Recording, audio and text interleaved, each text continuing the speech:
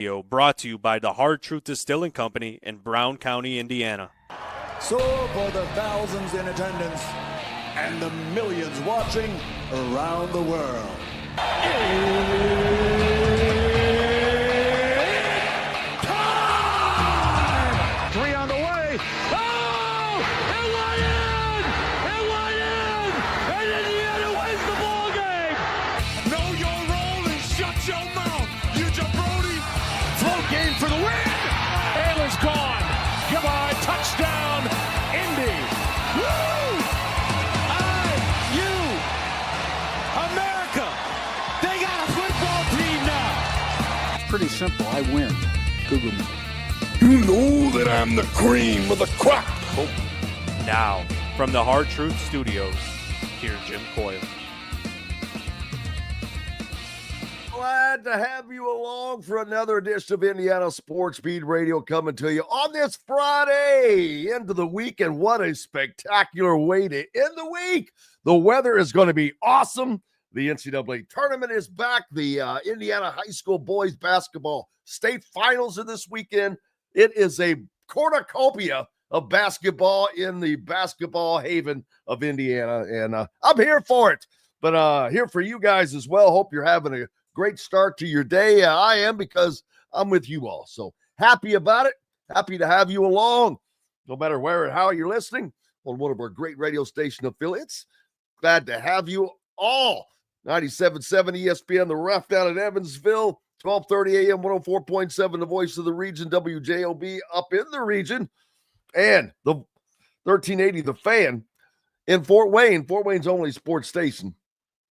Looking forward to another fun show. Todd Leary will be along to join us, Zach Osterman, and Alec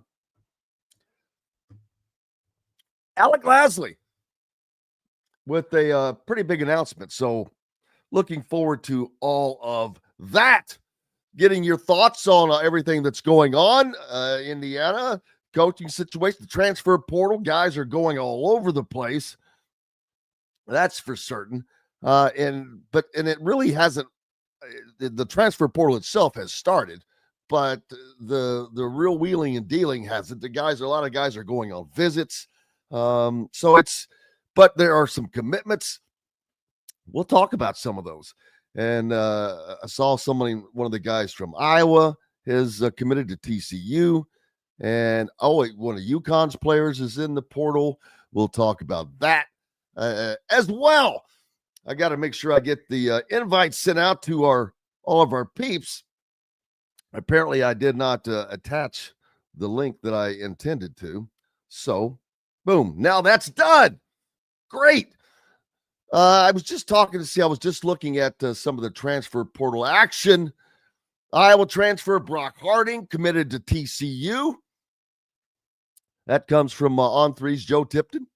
And who else did I see? Oh, UConn wing, Isaiah Abraham, entering the transfer portal. He tells On3's Joe Tipton. Former top 65 recruit, played in 9 games for the Huskies this season as a true freshman. Abraham is a 6'7" wing. For those of you who are pining about Braylon Mullins, don't. He's not going to do much as a freshman, I would not imagine. And you never know. You could very possibly see him back in Indiana or somebody else just like him soon. Carl asking a great question, but I'm going to save that. I'll say it. The question is, thoughts on Bryson Tucker not portaling yet? Seems ironic since he didn't play at the end of the season. Well, yes and no. Yes, I'll go with that. But yes, because that had more to do with the Mike Woodson dynamic. Trust me. And that is why you have not.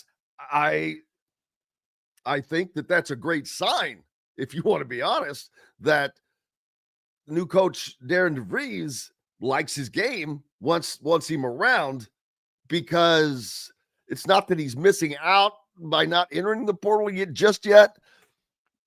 But I think that shows some intentions, just like I think it showed with Kanan Carlisle, Miles Rice entering the portal just after what I expect were conversations held with Darian DeVries, whom will be the state finals this weekend, of course. We've talked a ton about that. I'll be up there tomorrow in Indianapolis, and I'm quite certain Darian DeVries will be there as well, if nothing else, to make a presence, but always players in the Indiana High School Final Four. Can't wait to talk to Todd Leary about that today. You know, some things that I either had forgotten or had learned about the Final Four the year he played in 1989, which is the same year that my high school, Floyd Central, and Pat Graham were there. So, but I'm looking forward to that. Glad to have everybody along as well. Jumping on. Laurie asking, how come Tucker DeVries is not officially committed to Indiana? Is it just a given? Need to get, not sure what that means. Well, as a player, from my player standpoint, there's things to work out. NIL, maybe it's something to do with finishing school. I have no idea. Is it a given? Yes, it's a given. So don't worry about that. I think that one of the things also might be that Darian DeVries would like for his first commitment to not be his son. Something a little more meaty, if that makes sense. Not that getting him is not great. It is. He's a great player. But I think that he'd like to have some names going there. But yes, it is a given. And yes, I found my phone. It was not really lost. I kind of knew where I had left it. And then I used to find my phone yesterday morning. But we'll get on that story as well. I'm going to head to take a quick break. On the other side, the man, the myth, the legend, the shot father from myjumpshot.com, Todd Leary, will join us. Stay tuned. Be ready. Fire up. We're back with more on the backside right after these messages from the Hard Truth Distilling Company Studios. At Ben Davis Chevrolet and Ben Davis Ford in Auburn, we're your one-stop shop for all of your automotive needs. We have the area's best selection of over 300 vehicles, including new cars, trucks, vans, and SUVs. Plus a huge selection of pre-owned vehicles in stock. And if we don't have what you're looking for, we'll find it for you. We also have top-of-the-line service and parts, plus a collision repair center, and we're competitively priced on everything. For sales, service, collision, parts, and more, we do it all. Come see us today or visit us online at BenDavisChevrolet.com and BenDavisFord.com. Whether it's a night out with the family, after work with colleagues, or catching the game with friends, Bubba's 33 is the place for you. Bubba's 33 offers a mouthwatering menu of selections that are all made from scratch every day. The portions are big, but the prices are small. And with over 50 big screen TVs, you'll never miss the big game. Bubba's 33, pizza, burgers, beer. If you're looking for a new home in the Indianapolis area, you need Cheryl Sizemore from Brick and Ivy Realty. Cheryl Sizemore has over 2 decades of experience, and that could be the difference in getting the home you want in today's tough housing market. Reach out to Cheryl at CherylSizemore@gmail.com or 317-701-0838. That's 317-701-0838. Let Cheryl Sizemore sell or find your new home today. Located on 325 acres in beautiful Brown County, Indiana, Hard Truth Distilling Company is the biggest and the best craft distillery around. While Hard Truth is already known for producing internationally awarded whiskeys and spirits like Hard Truth's sour mash bourbons, sweet mash, and hard road ryes, as well as their cinnamon vodka and the always popular toasted coconut rum. Hard Truth Distillery offers so much more. With a full-service restaurant, ATV, and distillery tours, as well as live music, you can spend an entire day at Hard Truth Distillery while making your entire family or group happy. And that's the Hard Truth. Hard Truth products are available across Indiana, as well as many other states. So no matter where you shop, if they don't carry your favorite Hard Truth product, tell them you want the truth, the Hard Truth. Hard Truth Distilling Company encourages you to enjoy all of their products responsibly and to never drink and drive. Welcome back to the Hard Truth Distilling Company studios as the shot father, Todd Leary from myjumpshot.com. Looks like you're about to go deliver a load of prisoners Mobile to the county version. jail. Mobile version today. Hey, no jail jokes. No jail jokes. that one was just too easy, and I figured I better do it before somebody else did. It'd be easier coming from me. Good point. But no, and I'm glad that you are just always affable in regards to being jokey about that. Seriously, I'm not sure that I would be. I might punch somebody in the nose. 15 years later, you wouldn't. That's probably true. Man, there is so much going on of all things this weekend in the basketball state. I talked earlier. You've got a regional round at Indianapolis of the NCAA tournament with not only Purdue playing in that, but Houston playing in that. Just tons of great teams, obviously. And then the Indiana State Finals going on. Can't wait to talk to you about some stuff that I learned, that one of which I either forgot or just didn't know in regards to when you were there in '89. And so looking forward to all of this that's going on this weekend. Just a gigantic basketball weekend in Indiana, but it always is in March. But yesterday, in talking to Kristen Airy, who's with us, the Lakers played the Pacers the other night. That still jacks my chain. That I was like, why are there 3 Lakers around the basket, but not one Pacer? I'm like, are you kidding me? Yeah. But Austin Reeves had 23 points in that game, and Chris said that his father played for Kokomo in 1989. Brian Reeves. Did you know him? I mean, I didn't realize that was his father. Yes. I know who Brian Reeves was for Kokomo for sure. His son plays for the Lakers, man. That's Reeves' father? Yes. Oh my gosh. They play a lot alike. He's just taller than his dad was. But yeah, he was a really good point guard for Kokomo.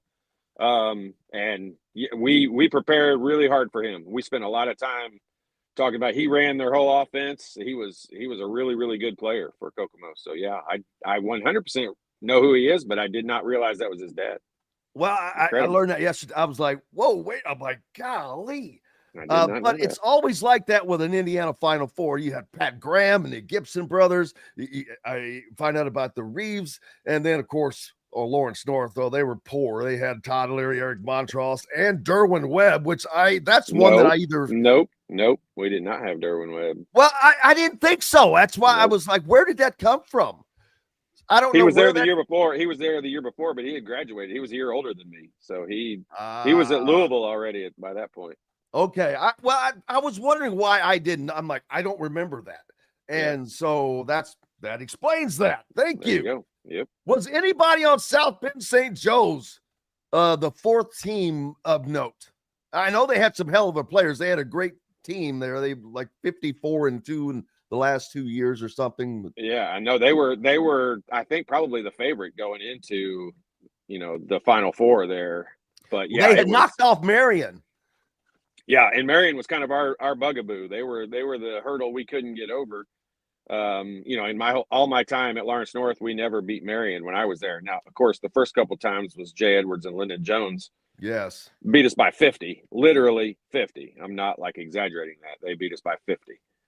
So yeah, it was just South Bend St. Joe had Rodney Holmes and some really good players, guys that were on the Indiana All-Star team, but they were just a really, really good, solid team, and we just this Fishers team is now. What the hell? This Fishers team is more than a solid team. They do everything right. Like I've watched them play a couple of times, and boy, they are fundamentally sound. They're athletic. They do things the right way. They play hard. They dive on the floor. Like they're a good team. They're a fun team to watch. Well, they're obviously a good team. They haven't lost in a couple years. Yeah. So and to do that in Indiana 4A, that's making some hay, baby, and putting it in the barn. No doubt. But your old friend Sharon Wilkerson and his Jeffersonville Red Devils are the last last hurdle in their path as they will play for a state championship. Very happy for Sharon. Yeah, great dude. You know as well as I how much of a 180 he has also done. And boy, would that be cool to see him win a state championship as a coach for Jeffersonville, having won one as a player as well. That would be kind of special. Oh, incredible. I mean, very few people in that category. So yeah, it'd be super cool. A big task, you're right, but Jeffersonville has a really, really good team too. They've got 3 players I saw play in AAU last year that are all D1 players. Like this will be a really, really good game, and easily I think Fisher's toughest opponent over the last couple of years.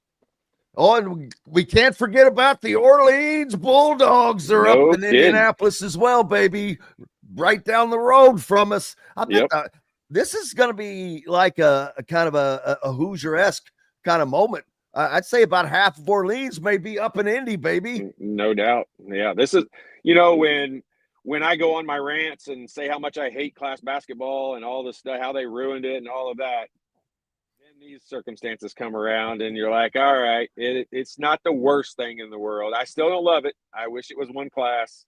But when you get to see kids have this opportunity and an entire community like Orleans have this kind of opportunity, I get it. It makes it fun.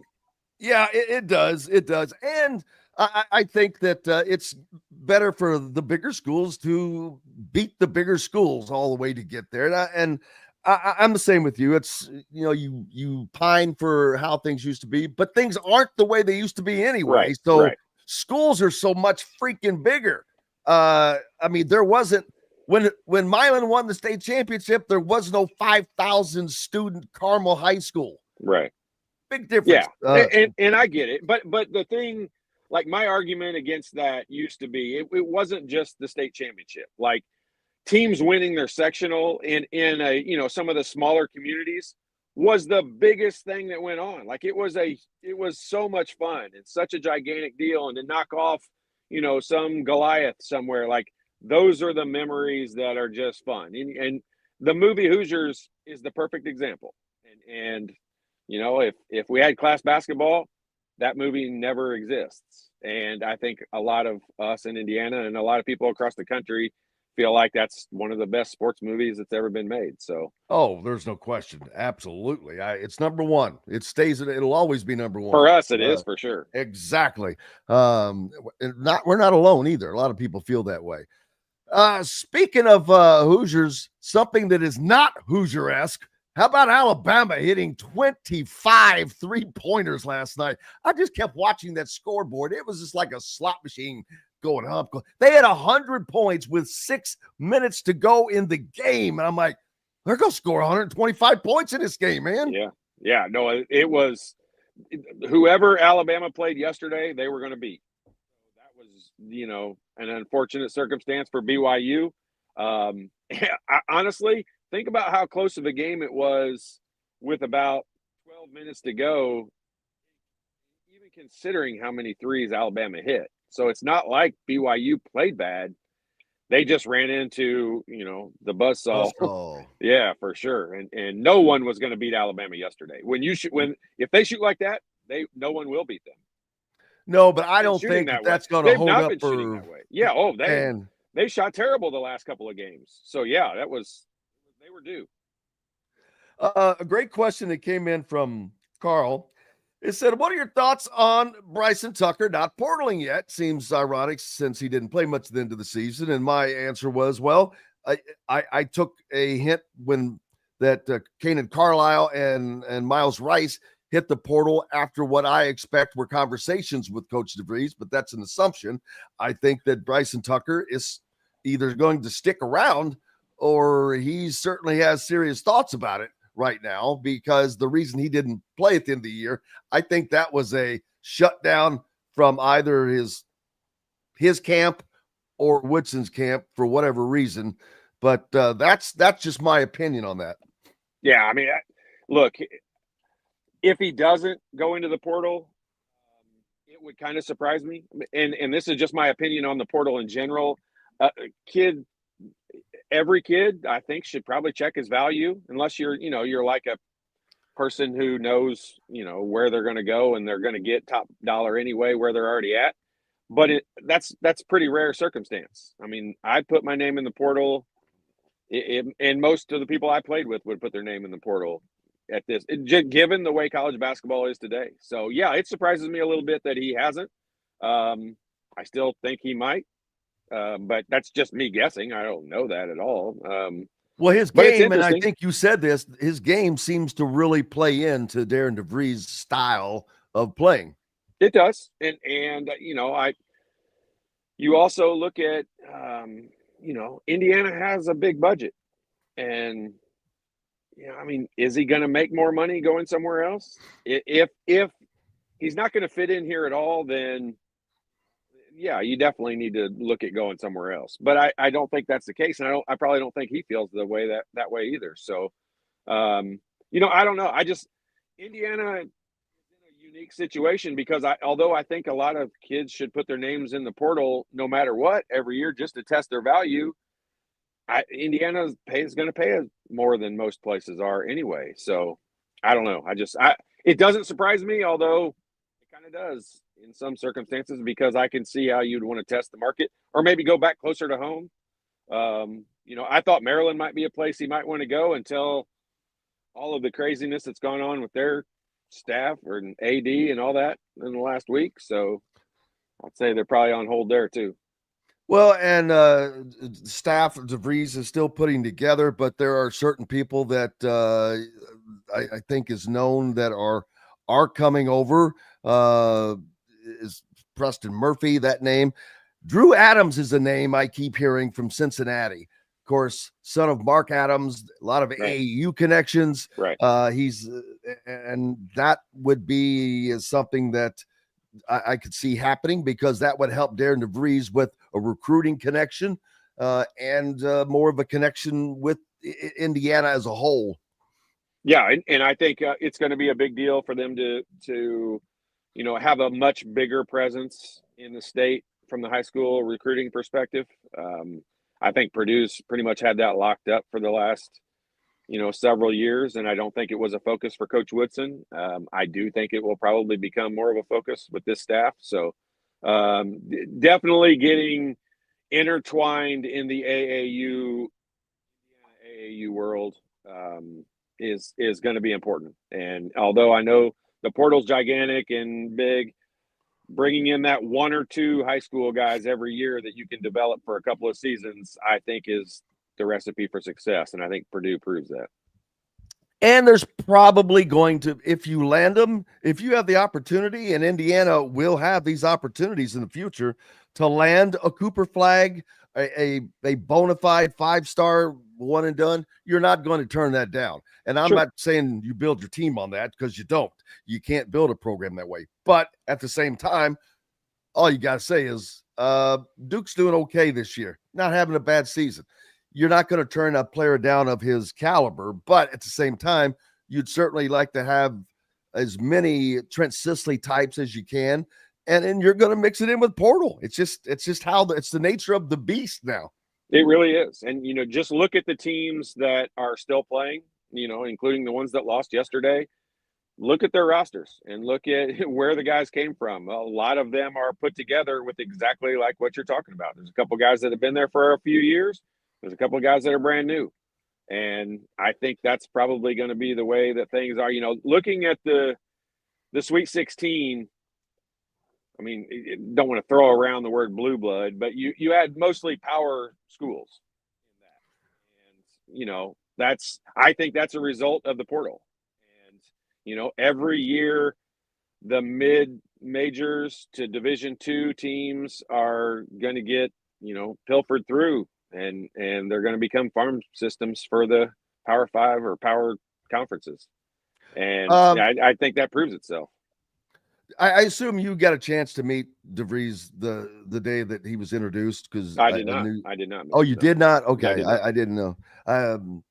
I didn't know. Have you had a chance to talk to him at all yet? I know he's busy as heck. I've not. I know Scott Dolson's always great about us in contact and all of that. And, I just respecting his sure trying to feel his way around right now and just figure stuff out. I think last thing he needs is some schmo calling him, trying to introduce himself.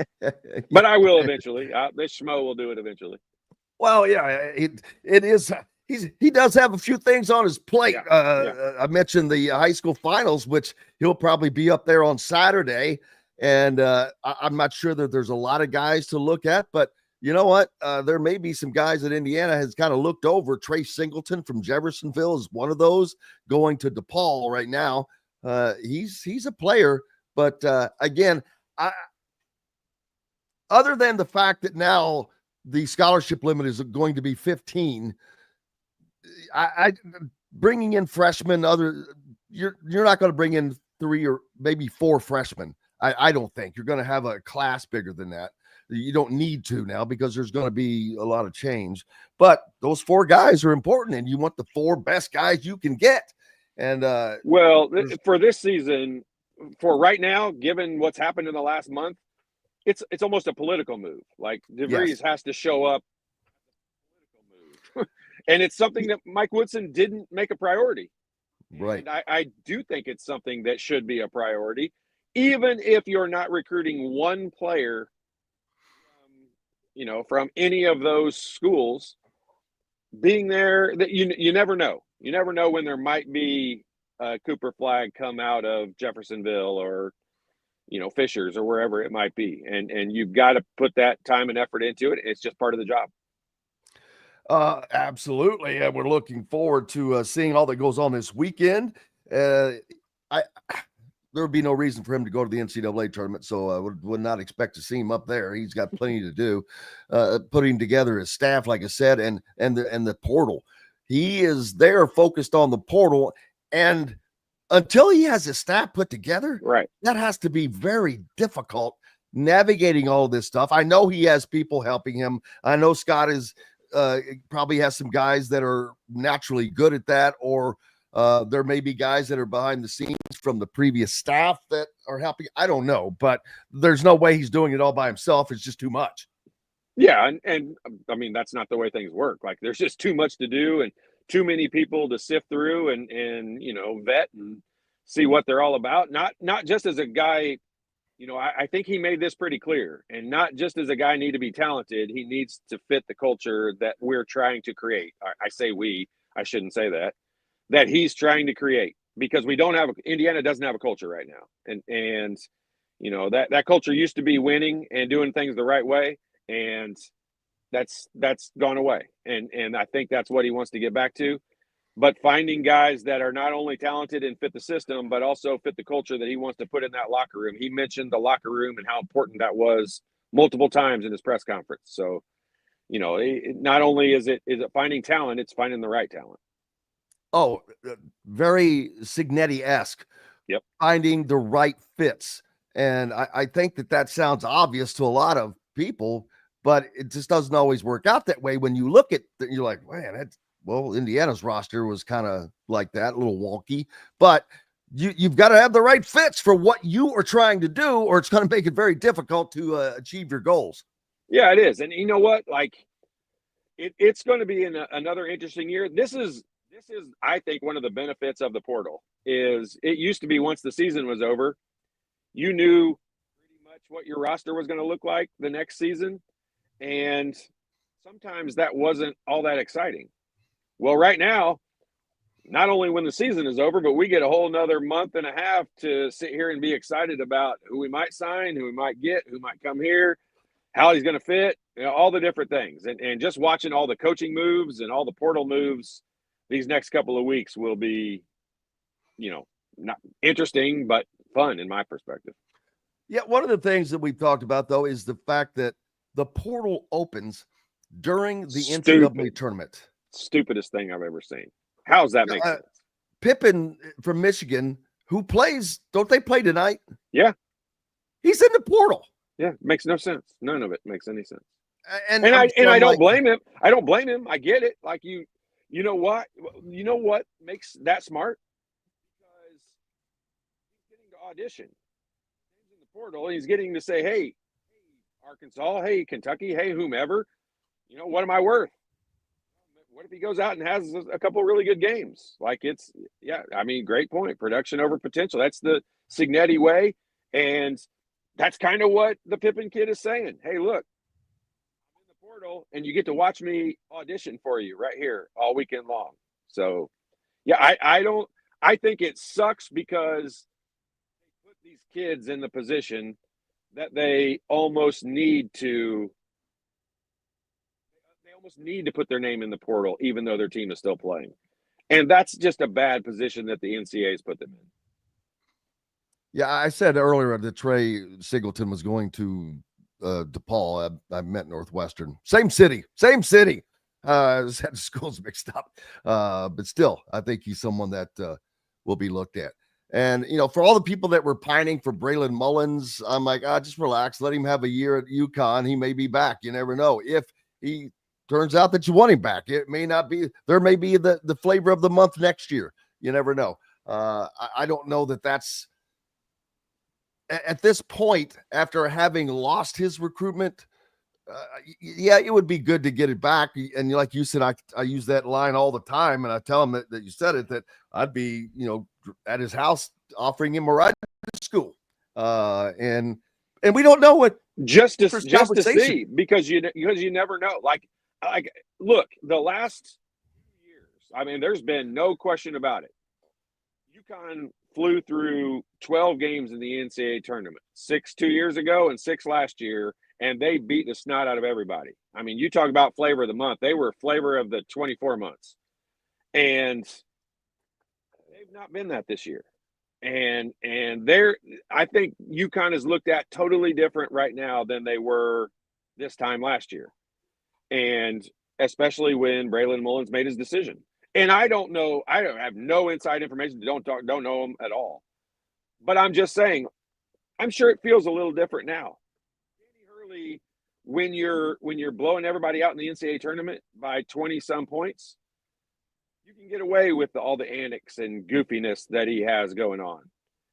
But when you're not winning, that goofiness turns into starting to annoy some people, and just it's looked at different, and it's not accepted the same way. And whether that's right or wrong, it's just is. So I don't, you never know. You got to put the Braylon Mullins situation, and I shouldn't even use his name. You got to put these portal and recruitment situations. You just let them play out, because you never know, and you put them all in the category of you never know just what might happen. And I think Braylon Mullins probably falls into that category. And I'm not suggesting that there's a great chance of it happening, but let's say for our argument's sake that it did happen, that he's had a change of heart and said, you know what, different coaching staff there. I think that's a system I would do well in, and they've offered me a good NIL package, and I can stay home. And he changes his mind. How big of a signal would that be for Darian DeVries sending out? It would be gigantic. Obviously that would be, you'd be fixing a problem, and that problem, in my opinion, being the former staff at Indiana didn't worry about recruiting the state of Indiana very hard, or high school kids in general that hard. And that's not uncommon nowadays. So I'm not just singling out that staff, but that's just the way that they were. I don't think it's the best one, and I don't think it's the best way to create a culture. And I think it would be a home run for DeVries if he was able to do something like it would. No, it'd be a grand slam. Like, that's not a home run is understating it. So, it'd be a big deal, but I don't think it's any kind of deal breaker. I'm not even wishing for it. I'm not even thinking about it, because if it's something that happened, hey, yeah, incredible situation. But there's just a lot of other things. You made a good point. You never know who's going to step up next year. Braylon Mullins last year, I think before the end of the season, was not rated nearly as high as he was halfway through the summer. Yep. And who's going to be the Braylon Mullins of this summer? And there'll be one. There'll be several. There'll be several. And they just might not be from Greenfield. Yep. There's no question about that, because there always is. There's always another Todd Leary coming down the road, baby, that can put it up.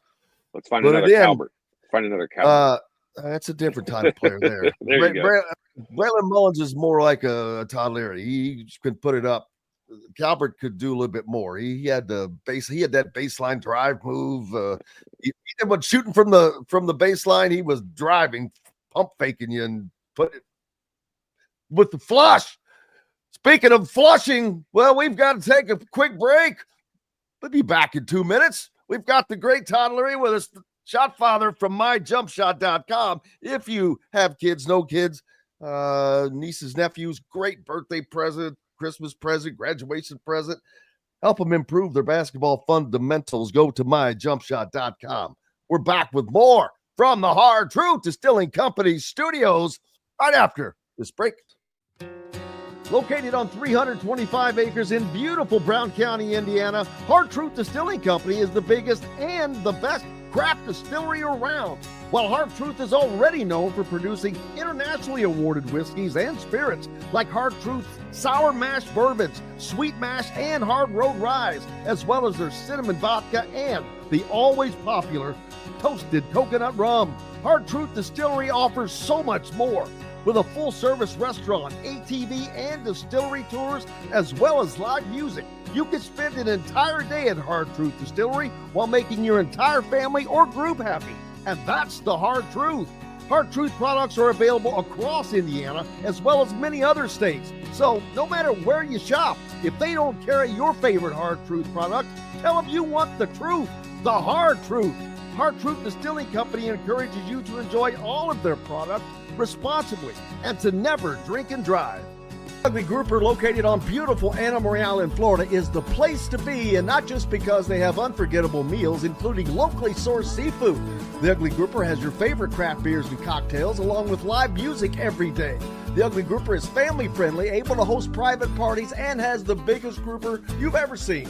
The Ugly Grouper is the place to be on Anna Marie Island, Florida. Tell them Indiana Sports Beat sent you. Go to theuglygrouper.com for more information. When it comes to apparel and promotions, Freethink has you covered, literally, whether it's 24 or 200 shirts for sports leagues, businesses, or groups. Freethink Apparel and Promotions can also create your very own merchandising store. Freethink Apparel and Promotions did it for Indiana Sports Beat Radio, and they can do it for you. Whether it's screen printing, embroidery, digital printing, promotional products, vehicle wraps, or anything else under the promotional line. See what Freethink Apparel and Promotions can do for you at freethinkapparel.com. At Ben Davis Chevrolet and Ben Davis Ford in Auburn, we're your one-stop shop for all of your automotive needs. We have the area's best selection of over 300 vehicles, including new cars, trucks, vans, and SUVs. Plus a huge selection of pre-owned vehicles in stock. And if we don't have what you're looking for, we'll find it for you. We also have top-of-the-line service and parts, plus a collision repair center, and we're competitively priced on everything. For sales, service, collision, parts, and more, we do it all. Come see us today or visit us online at BenDavisChevrolet.com and BenDavisFord.com. Welcome back to the Hard Truth Distilling Company studios on this Friday. Glad to have you along on this big-time basketball weekend. The great Todd Leary from myjumpshot.com along for the ride as well. And the staff, I was talking about Mark Adams earlier. I forgot he was on Tom Crean's staff back in, was it 2009 to 11, I think. So he was around when Cody Zeller, Yogi Ferb, Del Kersten, those kinds of guys. But familiarity with the program, probably something that Darian DeVries would love to have as well. Yeah, and that whole family, you know, from the Bloomington area, and Mark Adams is very well intertwined in the AAU, especially the Indiana Elite program, and that's, you know, where Mullins and Sisley and those guys have played last year. So yeah, it's you know, and I don't know, you know, what level or role they would even be looking at for them, but having those kind of people getting back involved in the AAU scene, and especially the local Indiana AAU scene, is hopefully an important piece for this new staff. Oh, absolutely. And yes, Andrew, I always say winning cures all ills, baby. It makes everything better. Rick would like to see find the kids that want to play for Indiana. I think that's going to be a mix you're going to find kids that want to play for Indiana, like Trent Sisley and others, but there's going to be guys that just want to play. They want to play on a good team. They want to make a good NIL bag. See, I don't. There's going to be a lot of kids who just want to play and get the NIL. Like, they don't even care about good teams. Everyone's going to say, "Oh, we want to win." I want to go somewhere where I can win. A lot of that is talk, and you can tell by the way a kid acts and plays whether that's talk or legit. And you get a kid like Sicily, it's legit. He wants to play at Indiana. He could be offered a lot more money at another school, and I think he would go to Indiana. That's the kind of kid. I agree with the comment. That's the kind of kid you want to go. That's who we want to root for. That's who we want to follow and be a part of. How many of those kids are there left today? In today, you don't need a roster of 12 to 15 of them. You need 4 or 5 of them because they will. Are there that many though in a given year? Yeah, well, not 4 or 5 to come in, but when you build a culture, so Sicily's going to be there for 3 or 4 years. Okay, so staggered across. Add 1 or 2 in every year, and then you've created a culture where when you do bring guys in, they might learn a little. They might listen, they might learn, and when you bring in the right guys in the locker room, I'll say it again. Coach DeVries was very clear and specific about the culture he wants to create, and the locker room is important to him. And that locker room is a big deal because when it's bad, it's hard to overcome. And you get one bad apple in there and the whole thing can go bad. So I think he's going to be very intentional about who he brings in. Yeah, I just noticed someone had a much better comment than I did earlier that was better. I can't find it again, but it said, is Todd driving a Brinks truck delivering some NIL money right now? That would be nice. If I did, I would pretend. I would have you stop by here first and say, we're heading go. someplace else, baby. We do the show live mobile as well, but wouldn't be stopping. Be heading south. So unfortunately, I'm just moving stuff today. So it's not fun. Nothing fun. So that does not sound no fun. Brinks truck. And you're missing out on a great golf day. Yeah, I didn't. It's going to be windy. Too windy for me. I'm fair. Oh, is it going to be windy? See, I think so. I don't have time to keep up with all that stuff. Yeah, windy. I'm just glad it's going to be nice. It is nice. I'm looking forward to that. The NCAA tournament this weekend, tonight, rather. Some big time games, man. Last night, Alabama was I still can't get over how they throttled BYU. But then you had daggone it. What was the game that just went back? Texas Tech? Texas Tech coming back and winning that game against Arkansas. Wow. I wrote them off, not only because of the score. Arkansas just controlled the game. Like it was for 35 minutes, that game was controlled by Arkansas. And boy, that's what NCAA tournament, March Madness, that's how the name comes about, because there's no way Texas Tech should have won that game last night, and they figured out a way to win, and that makes them a scary team, I think. I'm not gonna lie, I was hoping that Texas Tech would win, mainly because didn't want another SEC team in there. I'm looking, I'm like, geez, they're already going to have half of the Elite Eight. Yeah, well, they have 7 of 16, I think, heading into this weekend. So yeah, but that's, hey, honestly, I don't. They were the best program or the best conference across the country. I mean, I don't like admitting that because I always like to stand up. Oh, it's the truth. Yeah, but it wasn't even close. Like it was. It wasn't close. They did deserve that many teams in. And they're proving it. That's the thing. They proved it by, well, like you just said, 7 of 16. Whew, they're going to have 4 of the Elite Eight probably. And Ole Miss is one of those teams that was one of the middle SEC teams. So, and I don't bring that up for the Chris Beard thing. Well, the Big Ten's got a big day ahead with 3 Big Ten teams playing tonight. I mean, that's the Big Ten's either going to be all out or it's going to be a really nice night. I'd say that they'd only be favored in one of those games, Michigan State. Yeah, the other 2 are not only not favored. Purdue and Michigan are big dogs. Like they're like 10-point dogs. I do not see Purdue being able to hang with Houston. They're just, I think that they'll shut Purdue's guards down. We'll see. How do you see that game? You know better than I do. Trey Kaufman-Wren has been such the focal point for Purdue, a lot like Edey was last year. I mean, he gets the ball. He gets opportunities to score more than maybe anyone else across the country.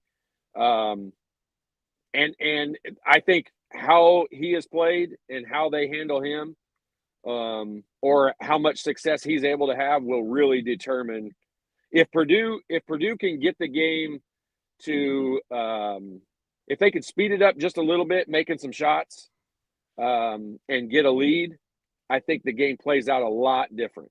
If Houston's able to get out to a 10-point lead in the first half, that's a very difficult team to come back against.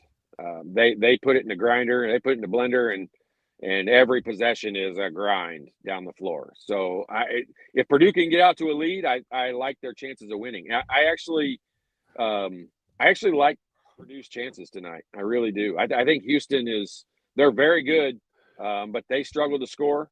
Not struggle. They're just not a high-flying team. They're not going to go do what Alabama did last night. And I think that gives Purdue a chance, because Purdue's got, it's not just a Hail Mary chance. Like, they've got a decent chance, I think, tonight. I think Kentucky loses to Tennessee, even though they beat them twice this year. But a point someone just made, Jeffrey, I just lost it. They keep moving around on me. He said that Big Blue Nation would have lost their freaking mind if Arkansas didn't choke that game away with Cal. Yes. And then especially if they would have won and Kentucky loses tonight, that would have really poured the salt right in that cut. It would have. There's no doubt about it. But, I don't think look at it this way. Look at the big picture. You look at like a 10-year window right now. I don't think Kentucky would be disappointed with where they're at. I think they're set up in a pretty good spot. They shouldn't be. They shouldn't be. And when Mark Pope is able to continue over a period of 3 or 4 years to bring in players and create that culture that he wants, they're going to look a lot like probably a bigger, more athletic version of BYU. And that's what he created, in that culture and program that he was there. And I think he's going to bring a lot of that to Kentucky. And, that stings when a coach has success, when he leaves your program, not fired, but just leaves. And it would have definitely hurt their feelings. And speaking of Kentucky, people don't forget, next season, Indiana at Rupp Arena versus Kentucky. That is you talk about bringing excitement back. You got a new coach. You're going to have a new team, probably going to have a pretty good team. I don't like the chances of going to Rupp Arena. Without even knowing any situation. We don't know who any of the players are going to be, but we know who the coaches are going to be. And that's a start. So it's going to be, it's going to be a battle. It's not going to be an easy game. If it was going to be an easy game, we wouldn't be excited about it. So it's a great opportunity, and that's all you can ask for. In that first year, Indiana's got a chance to go do something that's pretty cool and play in Rupp Arena. So it's a big deal. Just the fact that series is back is a big deal. It is a big deal. And I'm telling you, I think that the Stars, it took a couple years, and I don't want to jump the gun here, but I think the Stars are going to align for this Indiana program to get back to where it should be. Now, I'm not talking about getting back to where it was when you played, because I don't think that kind of dominance is going to happen much anymore, because you don't have coaches that could dominate like they did then. Now, because of how the college game is really being evened out with the NIL and the transfer portal, it makes it a lot tougher to do that. But I think it is going to head in the right direction of competing with teams like Kentucky, beating teams like Kentucky, competing in and winning, being competitive in the Big Ten, whether it's in first, second, third, or fourth. You're not going to win first every year, but just to be competitive instead of finishing 9th and 10th. Yeah, I mean, look, Indiana has to get back to the point where they're in contention. And that's all you can ask for. That's what you want to work towards, that every year you're up there. You're like a Michigan State. And I know Michigan State won it this year, I'm telling you, that is one of the best coaching jobs that's been done in a long, long time that Coach Izzo did. Is that the best coaching job he's ever done at Michigan State? Because he didn't really have a superstar. It's tough because, I mean, if you don't win a national championship, for someone who has won a national championship, it's pretty hard to say that's a better coaching job. Winning the national championship, look, it not only takes incredible discipline and skill and all the things, it takes a little bit of luck. And it takes the ball bouncing your way in a certain game and at a certain time. And a ball going in or a ball not going in or whatever the case may be. There's a little bit of luck involved. And I was fortunate enough to win a state championship. We had a little bit of luck involved. Like we had, it takes a little bit of that. And every team that goes through that outside of, and I will give them the credit, UConn the last 2 years has blown everybody out. They blew everybody out in the NCAA tournament. And so right now this is a situation where, with the portal and with all of that, I do think it's when you create the culture, which is what Coach DeVries has talked a lot about, it's much easier to be consistently good. And I think that they're going to be able to bring in a guy or two every year. The best part about Indiana in today's nature of the beast is their NIL budget. And that bucket of money is going to attract players. No matter what's happened in the past, players don't care about that. These players don't care that Indiana hasn't been relevant in 25 years. These players nowadays don't care. We all think they can be the thing that turns it around. And I think with Trent Sicily, I think with Coach DeVries and Trent Sicily coming in, you have a jump start on your culture. And that's something we didn't have a year ago. And I know a year ago when the season ended, there wasn't a lot to look forward to. I mean, we were looking at what roster was going to get put together. And then that didn't guarantee anything because everyone, I think, in Indiana was pretty excited about that roster. And we all thought a top 3 finish was not guaranteed, but pretty sure. And none of that came to fruition. And so, now I think Coach DeVries, I'm so excited for the fact that culture is what comes out of his mouth almost first, because that's what I've been jealous of for Purdue for the last several years. And you can ride all the craziness that goes on with NIL and all the stuff that's going on.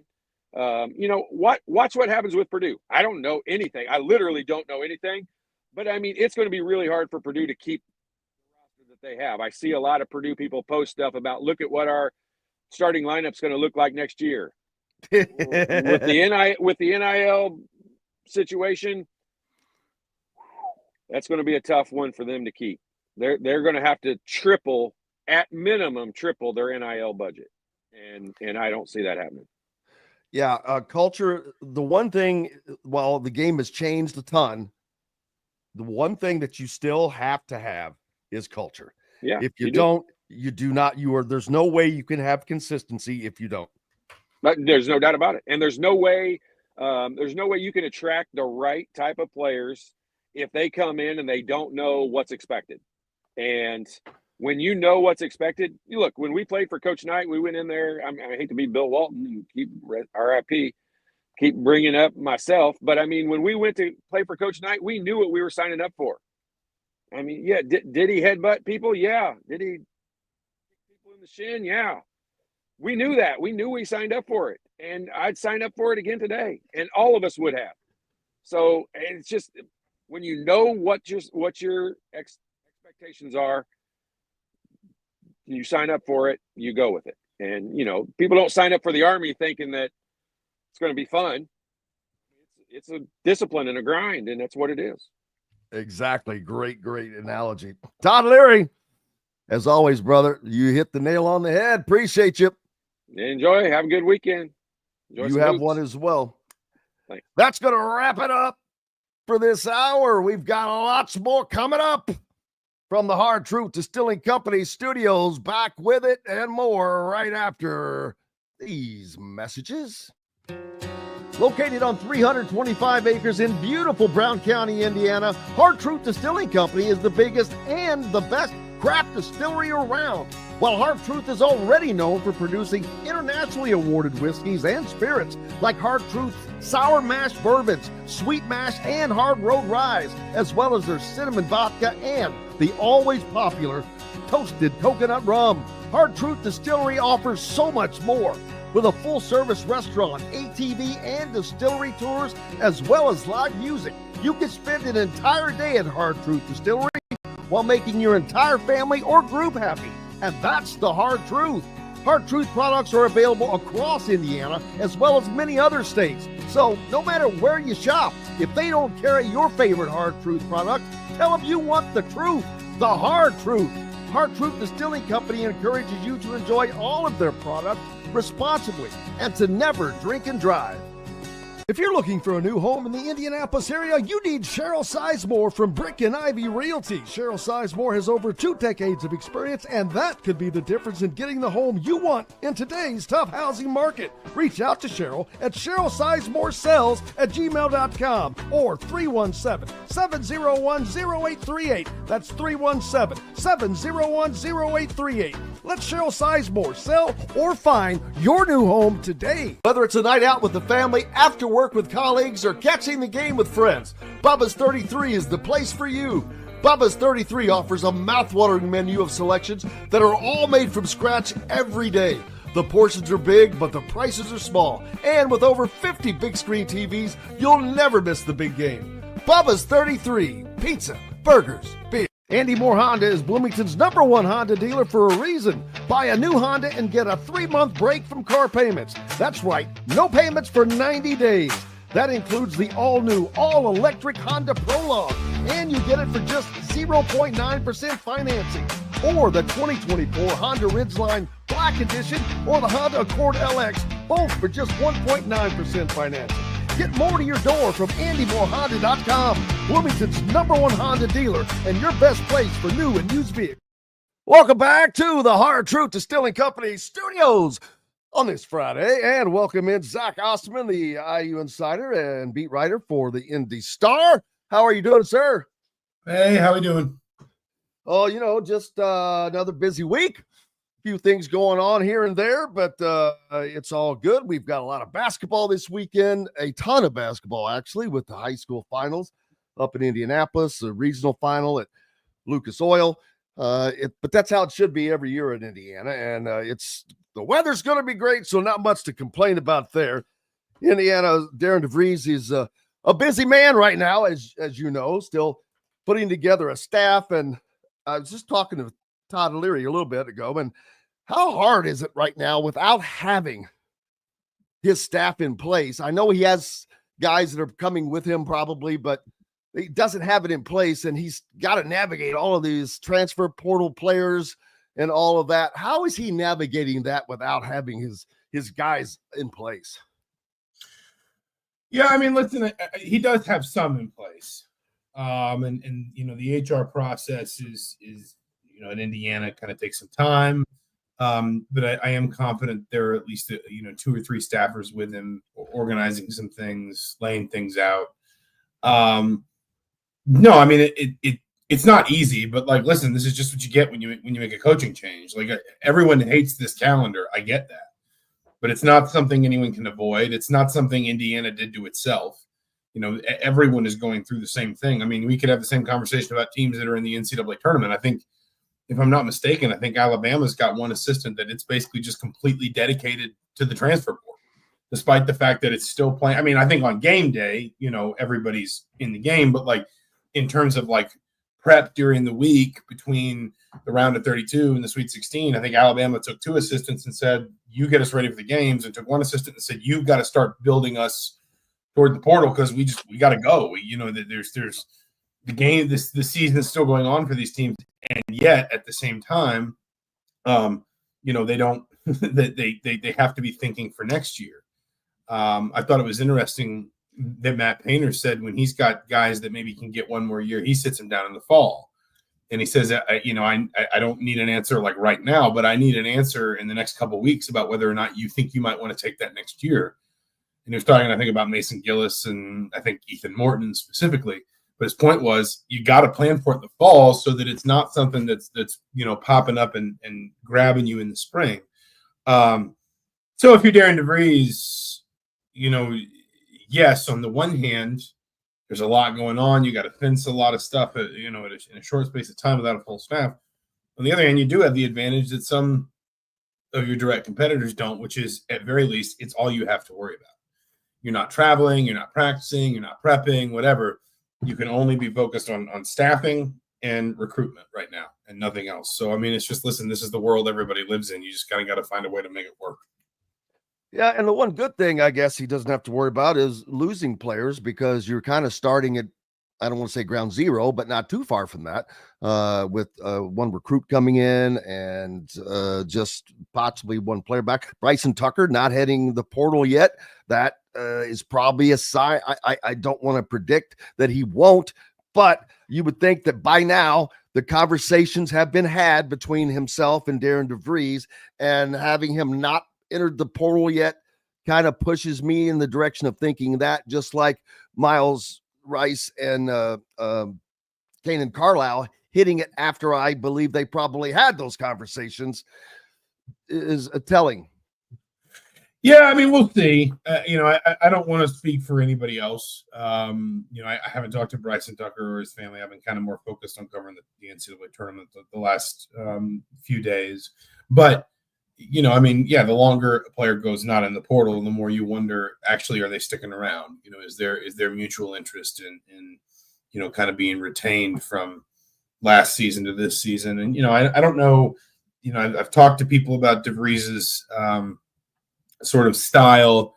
I haven't had as much time to kind of dig in to his I haven't had as much time to kind of dig into like film yet that of kind of some of his games, but my impression has always been that he's, he plays a little smaller than what Indiana has done in recent years. Not certainly not two bigs, not a lot of post up actions, a lot more sort of, I think motion-based concepts, a lot less, come down, set the offense, go to the big, and then let everything rotate around that. But a little bit more of just kind of, like I said, just motion concepts where everybody's constantly kind of in the action together.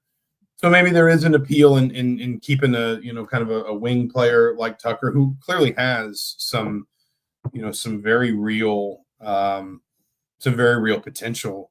Maybe there is interest in keeping him around, but again, I recruiting, especially portal recruiting at this time of year, feels like one of those just never say never kind of deals.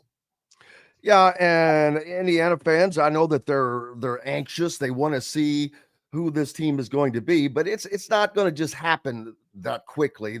You mentioned a lot of things that you have to go through. Coach DeVries is. He has to vet these guys in his own way as well. I'm not saying like potential employees get vetted, but there has to be some research done quickly, but done on these guys to make sure that not only are they the right fit, but they fit in every way on and off the court.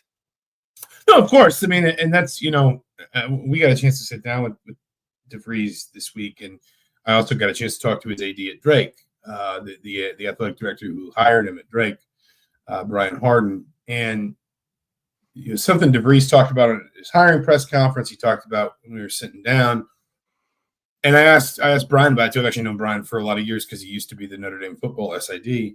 I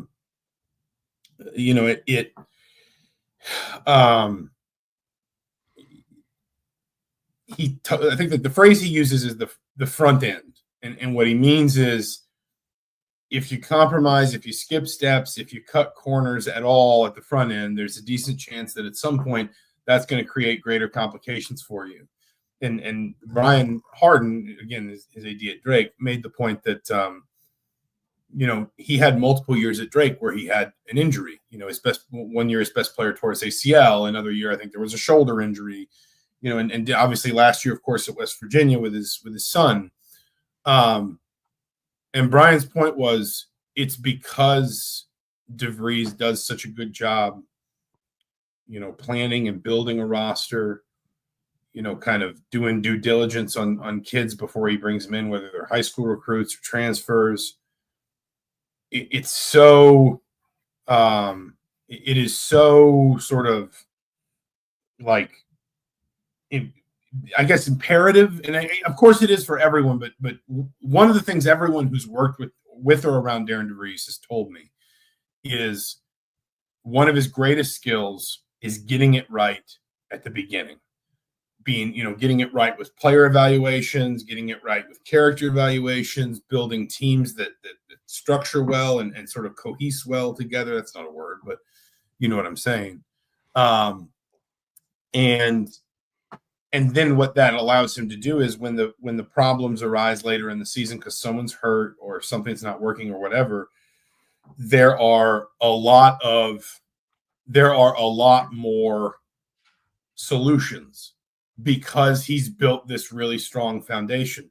Brian Harden told me a story about, and he didn't name the player, and I understand why, but a player reached out to Drake with interest coming out of the portal, one of the years DeVries was head coach there. And Drake kind of politely passed, and the kid landed at a Big Ten school. And Brian said just like his curiosity got the better of him, and he was just like, hey, do you think, could this guy have played here? I mean, he's at a Big Ten school. And DeVries said, yeah, he could have, but when something went wrong, he would have kind of turned for himself. He would have become a problem because he would have just worried about himself. And that was kind of the point that Brian was making, is when DeVries talks about all that work at the front end being the foundation for everything, and the most, he's kind of talked about it almost like it's the most important part of his job. That's the kind of thing he's talking about. And so, time will tell what it looks like on the back end. If we're going to kind of continue that metaphor, time will tell what it looks like on the back end in terms of, what the roster looks like, how it's constructed, who your key players are, et cetera. But right here, right now, this is what everyone who knows him says is really DeVries' sweet spot, is having a great feel for being able to process, being able to research kids, process information quickly, build a strong profile of a guy and say either A, he's going to fit us in what I'm trying to do, or B, he's not, and we're going to go somewhere else. Well, you can definitely look at, of course, what he did at Drake, but moving on to West Virginia, who was finished last in the Big 12 conference and was picked to finish last again. And that's not what was happening with them. They, in essence, made the tournament, got screwed out of it. But so he'd already made a great turnaround at a place where, not that they hadn't had some basketball tradition, obviously they have, but not great. And it hadn't been great, obviously, before he took over. So I don't think that Indiana fans are going to be remiss in expecting a good start here. And I think that that's going to be the case. But I think more importantly, it's going to be, and me and Todd talked about this, more culture. They're going to see at least some culture, and it's going to be a DeVries stamp culture mixed with Indiana. But you have to have a culture. It doesn't have to be something specific, but there has to be something to keep you consistent, to keep your teams consistent. And so I think that is something Indiana fans are going to get to see beginning next season. And he's been around, coaches that obviously he's done it himself. He did it at Drake. And, what's funny about West Virginia is, you get the sense from just the anger out of Morgantown when he left that they thought he was a really good coach and that they didn't want him to leave. But what's remarkable to me is that's the first time in his career that he's really jumped, because he was at Creighton for so long. And in fact, Dana Altman tried to bring him to Oregon, and he decided instead, especially because of his family and they were comfortable in Omaha and they were near other, their extended family and stuff. He decided to stay at Creighton with Greg McDermott instead. And, he said there were a couple times when he turned down jobs that Dana Altman was like, you have got to take this job. But he was very patient. And on the other hand, he applied for the Drake job 3 times and didn't get it. until, sort of the third time's the charm kind of thing. And then he was at Drake for 6 very successful seasons, when you would imagine there were probably some opportunities to move on then as well. So when you talk about culture, like, listen, everybody wants culture, right? Everybody wants, players that work hard and mesh well and represent the program well in the community and do well in the classroom. Like nobody's out there like, I hope I have a roster full of disrespectful miscreants who are constantly vandalizing, local furniture stores. Like nobody's looking for that. But what I think, again, when you talk to people about DeVries and his ability to identify players that fit him and players that fit what he tries to do, I think it's interesting too how deliberate and how selective he has been with his own career in terms of, when he's decided that is what I want and that's something I think I can do well. And when he said, no, I'm here, this is where I need to be right now. And I'm going to be patient. I'm not going to rush it. I'm not going to force anything. So I just think I think there's an extent to which that culture kind of starts at the top with him. And I think, we'll see if it works out in Indiana. I mean, I've covered far too many, failed head coaches here to start making bold predictions about this will work or this can't miss or whatever. But what I will say is, when I talk to people, when I observe him, when I research his career, when I talk to people who know him, it just seems like one of his greatest strengths is understanding what his teams need, what he needs in a player, how he connects to a player, etc. And all that stuff, winds up kind of boiling down to your culture. Without question. And something somebody asked earlier is why hadn't Tucker DeVries committed yet? And I just said that maybe DeVries would like for his first commitment to be someone other than his son. But there's no reason. I don't think there's a reason. I don't think that there's any doubt that he's going to play for Indiana next year if healthy. But I don't know why he wouldn't to do that. Is NIL stuff that you got to go through? Well, let me say the most I can on this, based on what I know and in what I'm comfortable kind of reporting or saying out loud or whatever. Just because someone hasn't announced it doesn't mean they're not in the program. Just because it hasn't been announced doesn't mean that the paperwork isn't processed. Doesn't mean that, listen, that there was a time when we didn't announce this stuff on social media, right? Like there was a time where the player just showed up, he took his physical, he registered for his classes, he did all the things he needed to do. Either he or if it was necessary, a parent signed off on all his forms, and that was it. He was done. Nobody needed to post an edit that was, or a video that was like, I'm here now. Just because it is not, just because nothing has been formally announced does not mean nothing has happened. That is what I would say. And yeah, especially when it comes to staffers, that takes even longer to come through. And last thing, what the heck was I going to ask? What do you think the chances are? Which I think they're good for Luke Goody getting a waiver for another season. So this is where I have to put on my put on my lawyer hat, and I'm always hesitant to do that because I'm certainly not a lawyer. On its face, Goody really doesn't have a case because the rule says, and I've never been fully clear how the NCAA treats postseason games when it counts, because the rule is you have to have played in fewer than 30% of your team's games. In football, it's always 3 games. If you play more than 3 games, other than the 4-game redshirt rule that has been allowed in football, and I don't really know why we aren't doing that in basketball, but that's a separate conversation. Other than that, if let's say you've already used your redshirt in football, if you play more than 3 games, if you play 4 games, that's 33% of your 33% of your season. You can't get the year back via a medical waiver. In basketball, it's 9 or 10. Obviously, it depends a little bit on how many games you play, and this is where I think the NCAA doesn't consider when it's calculating the 30% threshold postseason games, because the idea is not everybody plays the same number of postseason games. A player who plays for a team that goes to the Final Four, in theory, they have a better shot at a medical hardship waiver than a player who plays for a team that doesn't go to the NCAA tournament because they play a different number of games. So the rule says if you play those games in the second half of the season, any of them, you can't have the year back. I think that's probably intensified by the fact that he played in the postseason. On the other hand, if we don't count postseason games, he only played in something like 28% of his team's games because he appeared in 8 of 31 regular season games.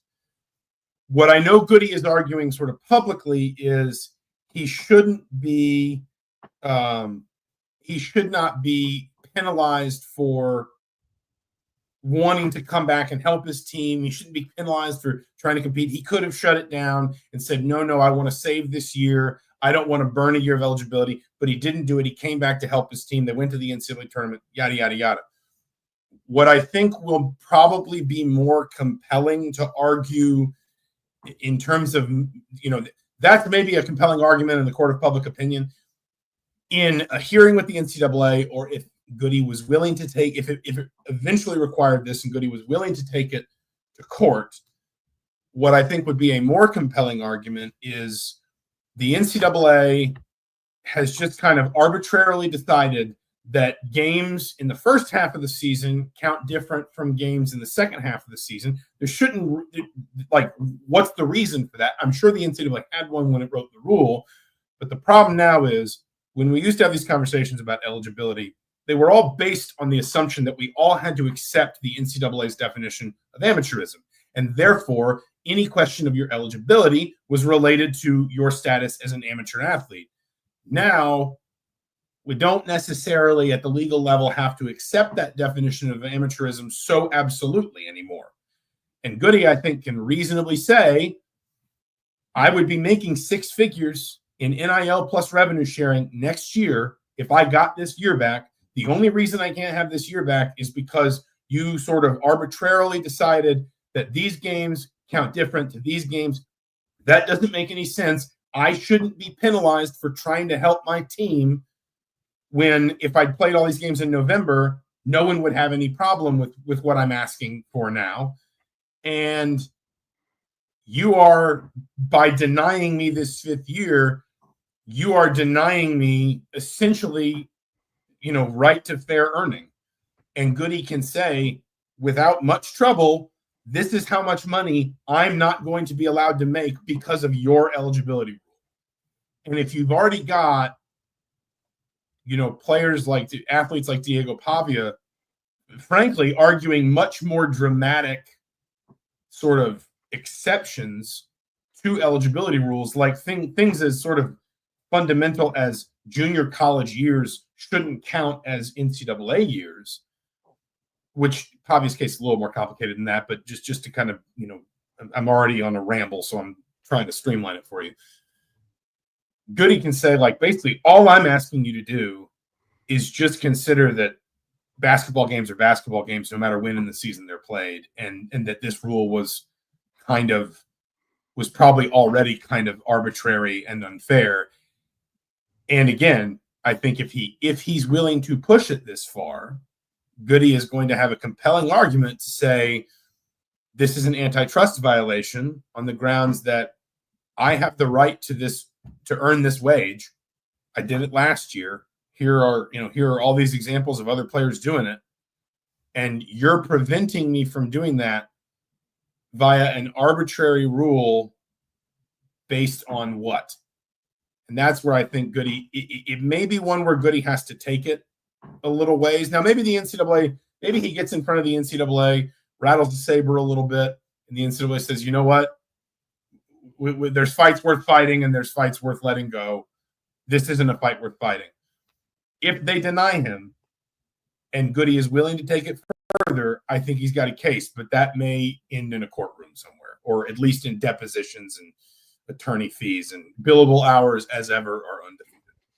Where the NCAA does not historically have a good record.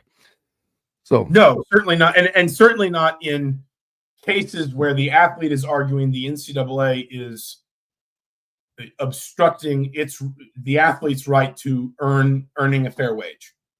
And Goody can justifiably say, if I don't get this year back, then I'm leaving, I don't know what Luke Goody's NIL situation was last year, but I think we can all guess that it was probably in six figures.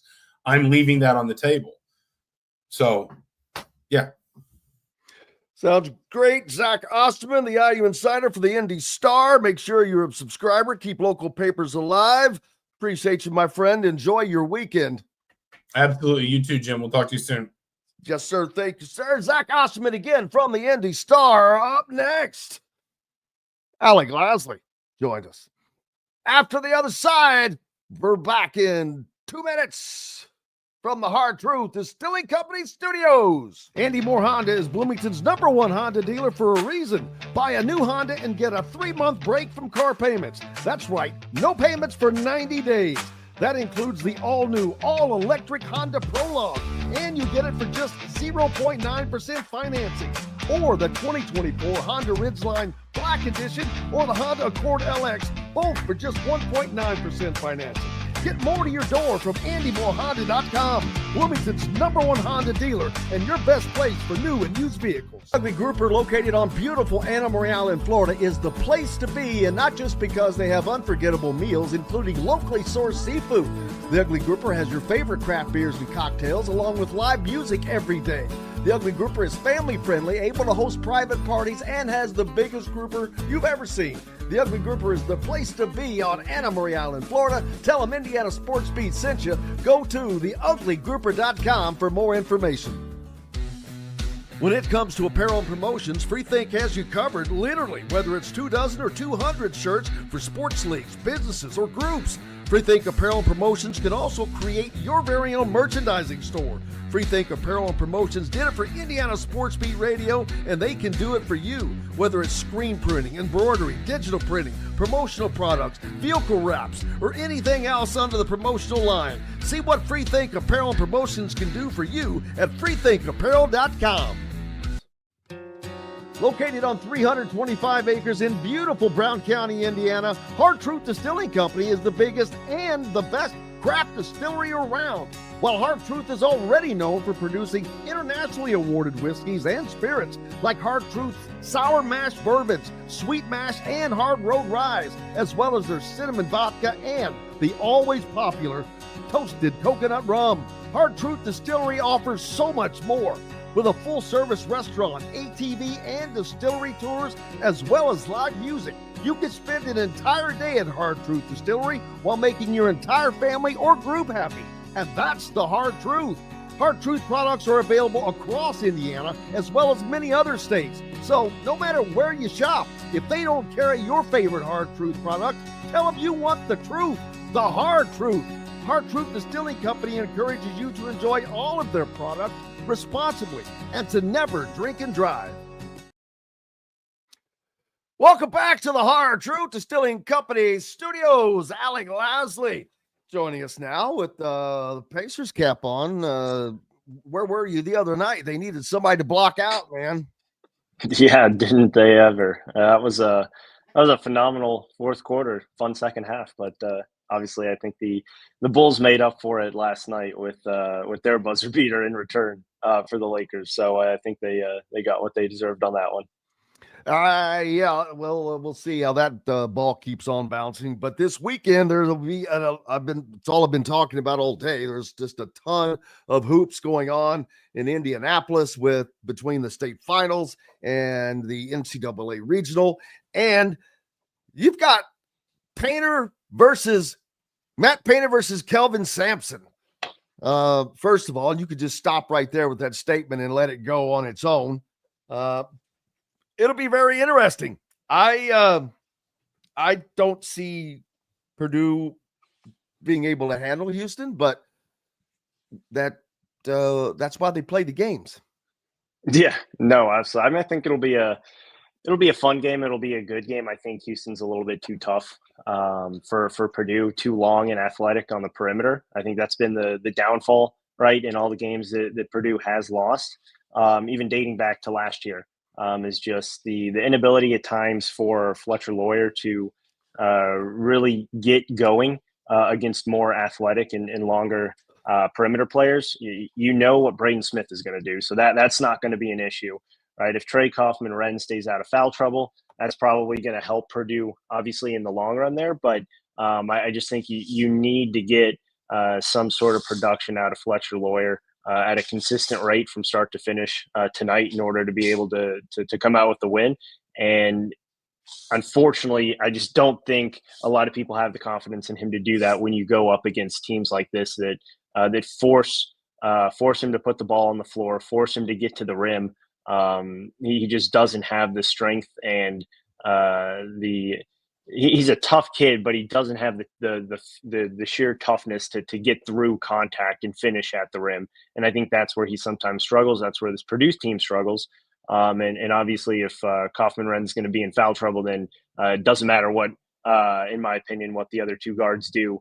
Houston's going to come out with that one. So it'll be interesting. I think it'll be a close game for a while, but I think Houston's just going to wear Purdue down pretty much towards the end of this one. And as Darian DeVries is putting his staff together, one of the names that was banded around, of course, Corey Barnett, because of previous IU player, previous IU staffer, but he had been interviewing for head coaching jobs, and Cooley whistles off of the hotline, says that he just took a head coaching job, so you can cross him off of the list.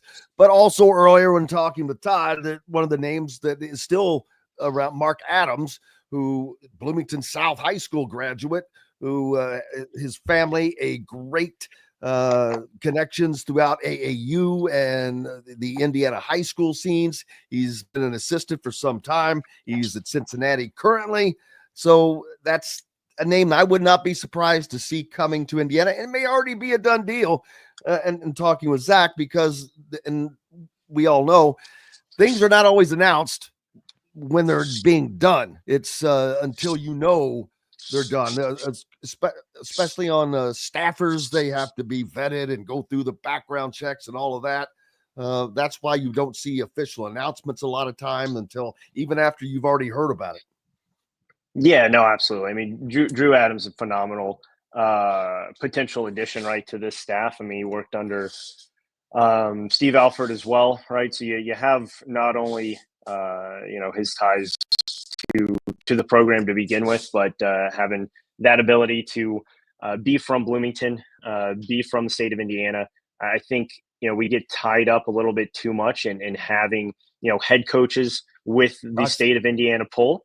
And I think it's okay not to have that, as long as you build a staff that's going to have some sort of connections here.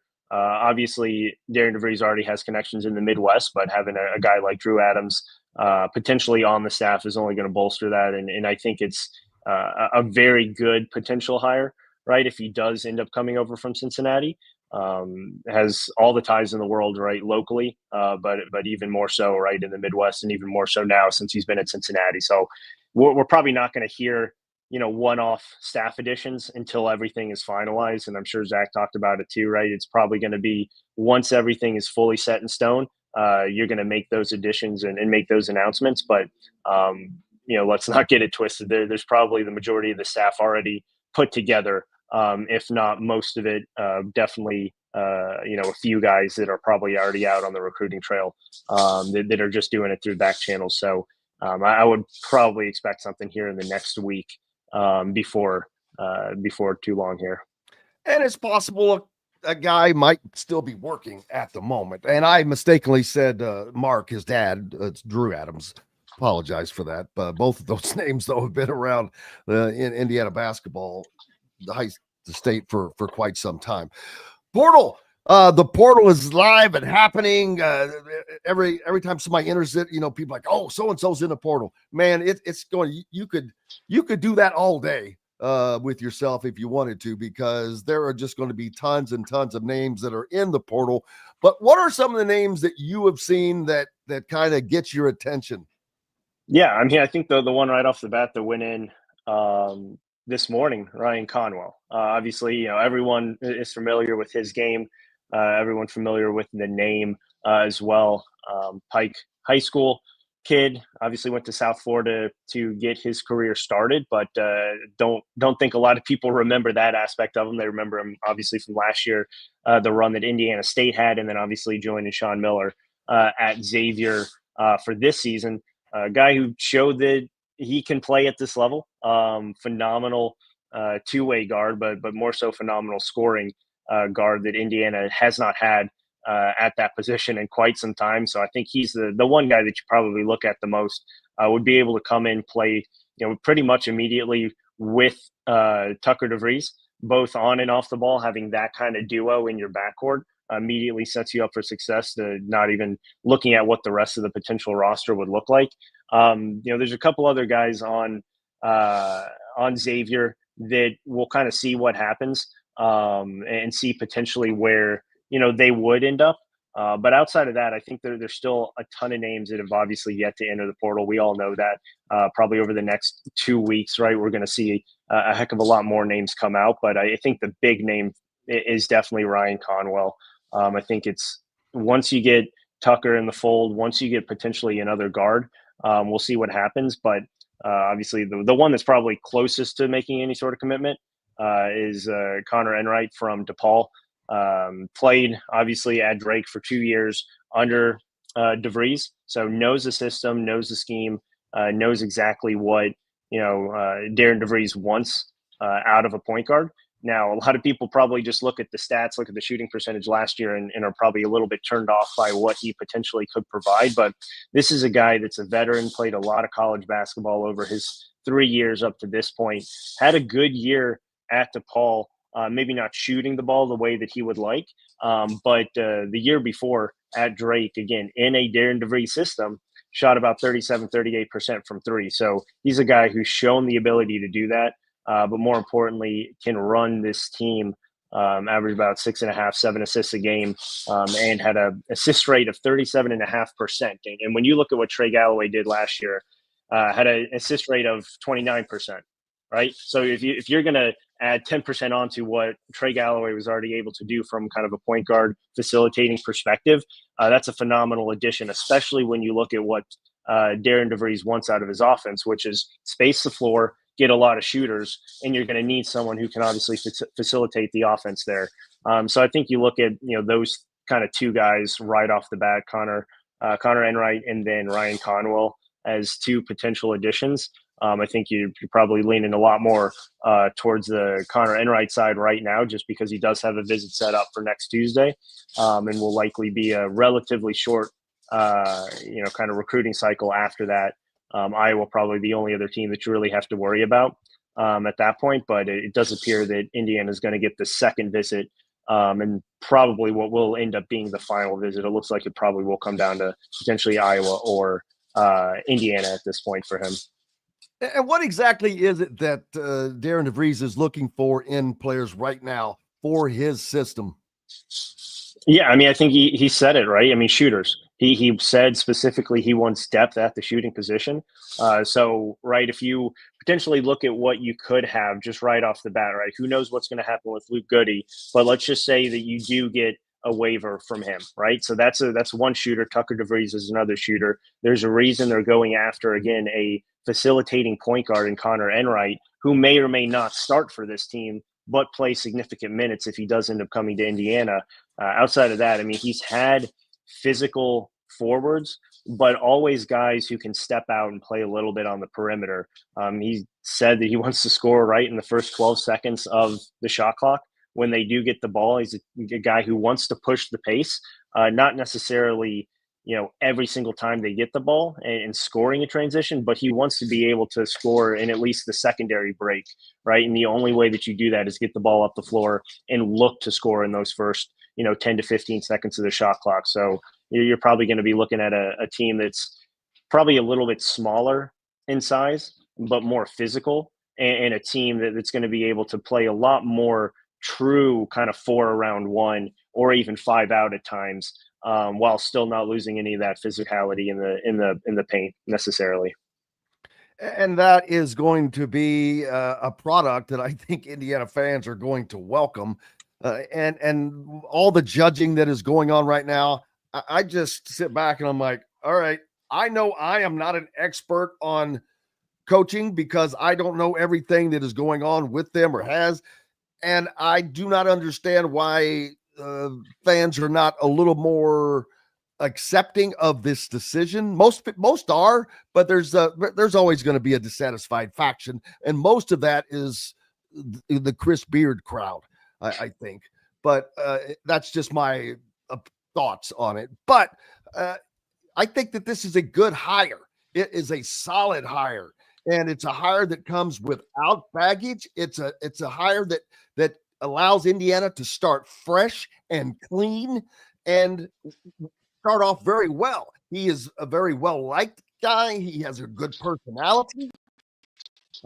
And that's, boy, the last two coaches did not have, he's a recruiter. He's a grinder. Both of the last two coaches had neither of those qualities that he has.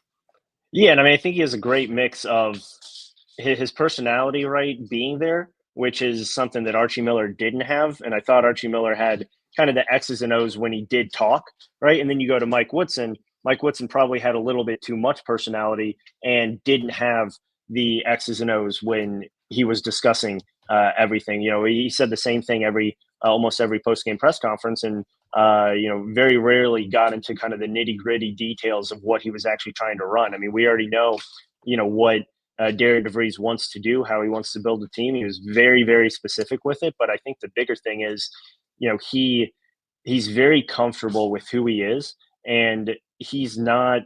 He doesn't think this job is too big for him, right? I think that was one very significant part of why Archie Miller failed. Is I think he was nervous to fail in that role. I don't think Darian DeVries has that sort of kind of nervous, anxious energy. I mean, he has, pretty much built his entire career for a job like this.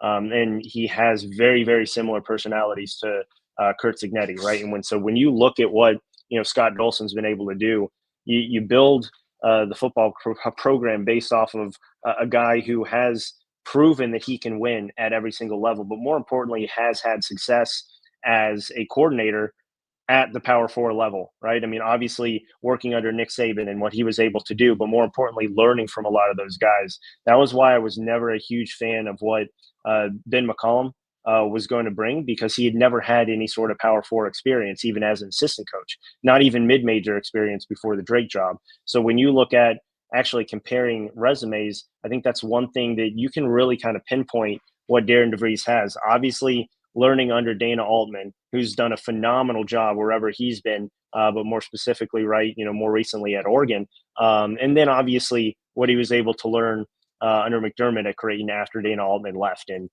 every single coach, I know, they're always going to say this, but every single coach has been raving about keeping Darian DeVries as an assistant, and how that was, the top decision that they ever made, and the best choice that they ever made.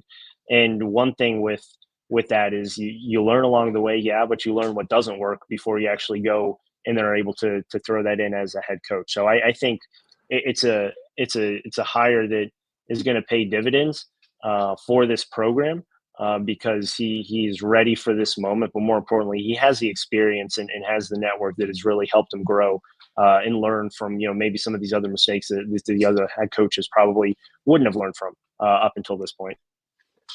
Exactly. And I'm looking forward to seeing the team once it finally does come together. And Michael made a great comment on the hotline a bit ago, and I can't pull it back up, but I can tell you what it said was that, last year, when Dusty May took over, it was like 4 weeks before he signed his first player. These guys are just entering the portal. There are visits to make. There's some vetting that the coaches have to do of the players. It's just not a bang bang thing. Now, some of these players probably will be quicker than others, like the Connor Enright, because that's kind of probably started a little bit farther down the line than we really know. But that's the biggest reason, I think. Yeah, and I mean, look, some of these conversations with recruits obviously have already been happening. Some are going to obviously continue to happen through agents before they even are officially in the portal too. But the bigger thing is, just because they haven't, officially announced anything doesn't mean that they're not, at the 1 inch line. A lot of these guys obviously have the relationships before they even enter the portal and are going to commit right on the spot. There's other guys that take a lot longer because they want to see kind of how the roster actually turns out and how it plays out. But, specifically for Indiana, it's been 1 week, 1 week and a few days on the job. I don't think anyone's too worried. They shouldn't be, especially when you already know you're going to have a guy in Tucker DeVries coming with. So you already have a good kind of backbone and foundation of what potentially your roster can be there from at least that standpoint. And there's 1,200 players in the portal right now. There's going to be a couple hundred more, if not 1,000, right, that enter in the next 3 weeks. So if you see guys committing, that's great. Just know that there's probably bigger fish that are going to be coming here pretty soon. And let's be honest, there haven't been a ton of commitments. There's been a whole bunch of names entered, but there have not been a ton of commitments up to this point. So it's not like, Indiana's way behind the ball with any of this. They're, if anything, probably, already know 4 or 5 guys that are probably going to be coming and are just kind of finalizing information here. I also think that this year, a lot of players are going to have much bigger NIL expectations. And that's part of what we're going to see, why it stretches things out a little bit. I saw earlier someone's posted that a New Mexico player entered the portal is allegedly asking for $3 million.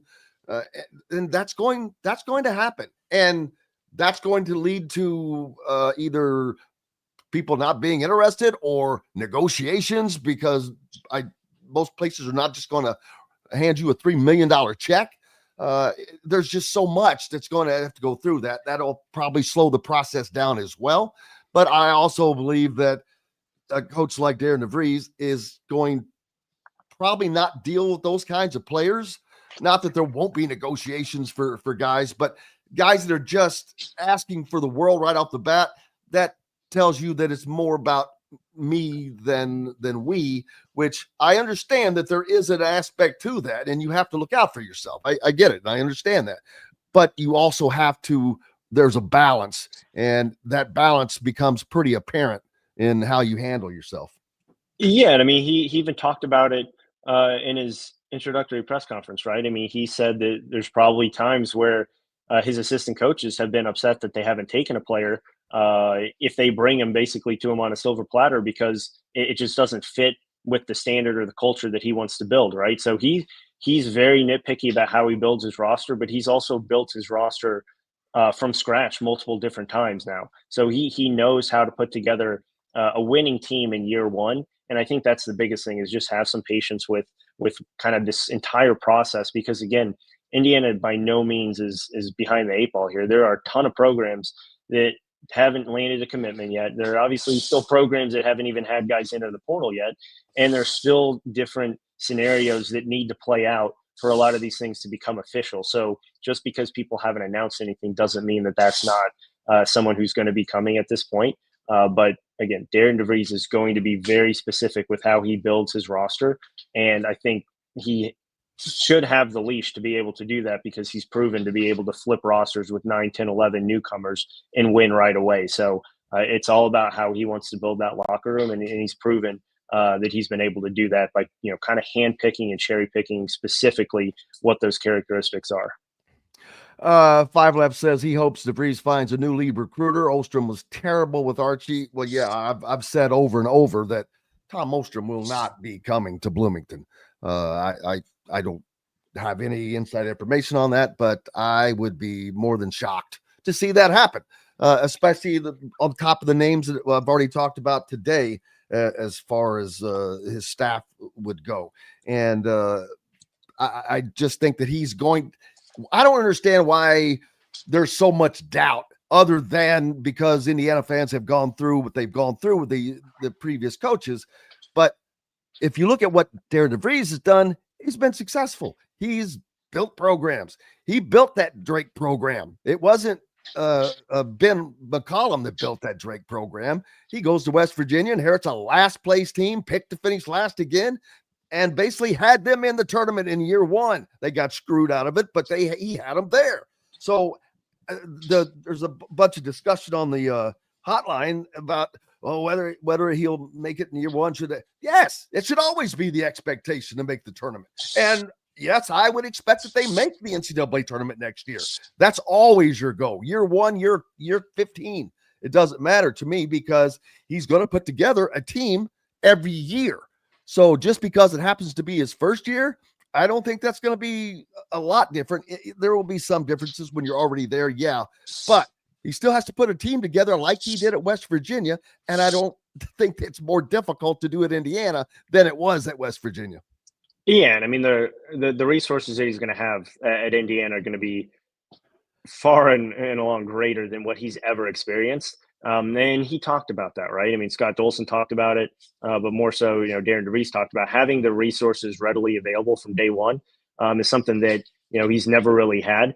He has everything that he could possibly imagine, but he also understands that, the resources aren't what goes out and wins games. It gives him the ability to go win games and be able to produce, but he has everything at his fingertips to be able to succeed.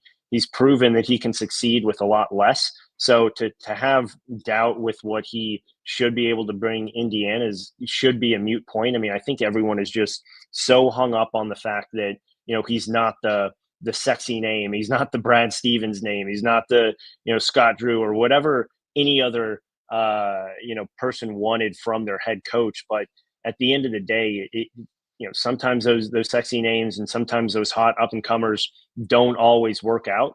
And you need to go back to, again, a proven track record, a guy who's won everywhere, and more specifically fits the DNA of what, Scott Dolson has looked at for what he's wanted to hire. Obviously, I think you have very, very similar comparisons with Curt Cignetti, and I think that's what people need to look at moving forward is, the terminology that they both use, the process-oriented type of system that they're going to run is very similar. And, for Darian DeVries, he's a guy that's going to look at it as a day at a time. He came in and he even obviously said he's not going to say we're going to win X amount of games. We're not going to win X amount of championships. It's all about winning every single day. And that's exactly, what Curt Cignetti said. And obviously we saw what happened there. But Indiana fans, they don't need to be – patience not the right word, but they need to be patient in the early stages here over the next month or so, because everything isn't just going to fall onto a silver platter, right? It's going to take some time to build the entire roster, and games aren't won in the next 6 months, right? Games are won in November and December and in January. And too many times I think people are getting hung up on winning the offseason. And yeah, you can win it to a certain extent, but no one knows how these rosters are going to look like in 7-8 months from now when teams are actually on the floor. And we saw last year that Indiana can put together a heck of a transfer portal class and win all those awards and accolades, but it doesn't work when it's on the court.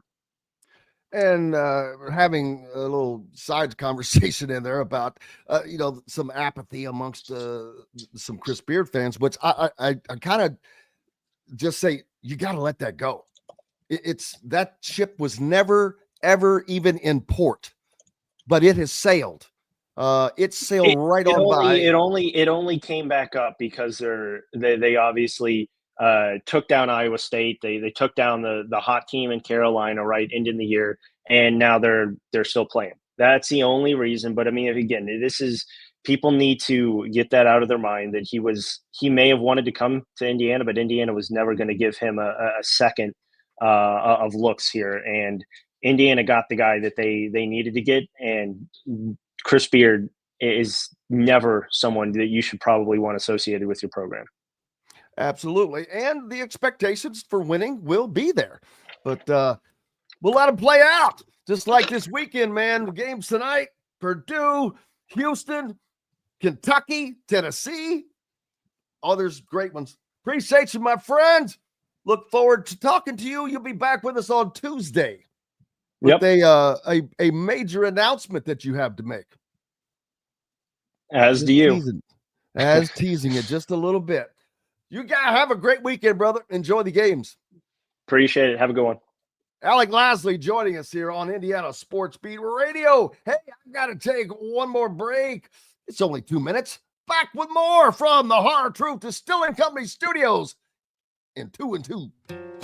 Located on 325 acres in beautiful Brown County, Indiana, Hard Truth Distilling Company is the biggest and the best craft distillery around. While Hard Truth is already known for producing internationally awarded whiskeys and spirits like Hard Truth's sour mash bourbons, sweet mash, and hard road ryes, as well as their cinnamon vodka and the always popular toasted coconut rum. Hard Truth Distillery offers so much more. With a full-service restaurant, ATV, and distillery tours, as well as live music, you can spend an entire day at Hard Truth Distillery while making your entire family or group happy. And that's the Hard Truth. Hard Truth products are available across Indiana, as well as many other states. So no matter where you shop, if they don't carry your favorite Hard Truth product, tell them you want the truth, the Hard Truth. Hard Truth Distilling Company encourages you to enjoy all of their products responsibly and to never drink and drive. If you're looking for a new home in the Indianapolis area, you need Cheryl Sizemore from Brick and Ivy Realty. Cheryl Sizemore has over 2 decades of experience, and that could be the difference in getting the home you want in today's tough housing market. Reach out to Cheryl at CherylSizemoreSells@gmail.com or 317-701-0838. That's 317-701-0838. Let Cheryl Sizemore sell or find your new home today. Whether it's a night out with the family, after work with colleagues, or catching the game with friends, Bubba's 33 is the place for you. Bubba's 33 offers a mouthwatering menu of selections that are all made from scratch every day. The portions are big, but the prices are small. And with over 50 big screen TVs, you'll never miss the big game. Bubba's 33, pizza, burgers, beer. Andy Moore Honda is Bloomington's #1 Honda dealer for a reason. Buy a new Honda and get a 3-month break from car payments. That's right, no payments for 90 days. That includes the all-new, all-electric Honda Prologue, and you get it for just 0.9% financing. Or the 2024 Honda Ridgeline Black Edition or the Honda Accord LX, both for just 1.9% financing. Get more to your door from AndyMooreHonda.com, Bloomington's #1 Honda dealer and your best place for new and used vehicles. Welcome back to the Hard Truth Distilling Company studios on this Friday. Glad to have you along. Man, the weather is spectacular, but apparently it's going to be windy. But are we supposed to get a bunch of rain this weekend? Man, I hope not. And I sent... if you were listening with us yesterday, I mentioned one of my favorite comedic routines, Wild Bill Bauer, no longer with us, but I saw him in concert once, and he had this famous routine, the World Russian Roulette Championships, and someone sent Greg from Fort Wayne sent me that very clip, and I passed it on to Bob Kravitz, and he loved it. I suggest you go look at it.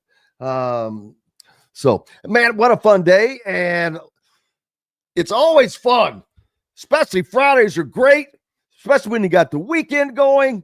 I hope that you guys get to go out and enjoy it, watch some great games. Anybody heading to the state championships up in Indianapolis tomorrow, I will be there. And I am usually neutral on everything, but I am not going to lie. As hard as it is, I'll be pulling for Jeffersonville, but I'm pulling more for Sharon Wilkerson. But looking forward to that. You guys are amazing. Appreciate the back and forth on the comments line. Love having the discussions. Keep them going. Nobody always agrees. That's why we have the discussions, and I love it. Big thanks to everybody for joining us on the program today, especially each and every one of you. Without you, we've got no reason to be here. We're back on Monday to do it again. Until then, I'm Jim Coyle. I will see you on the big old radio. Thanks for listening to Indiana Sports Beat Radio.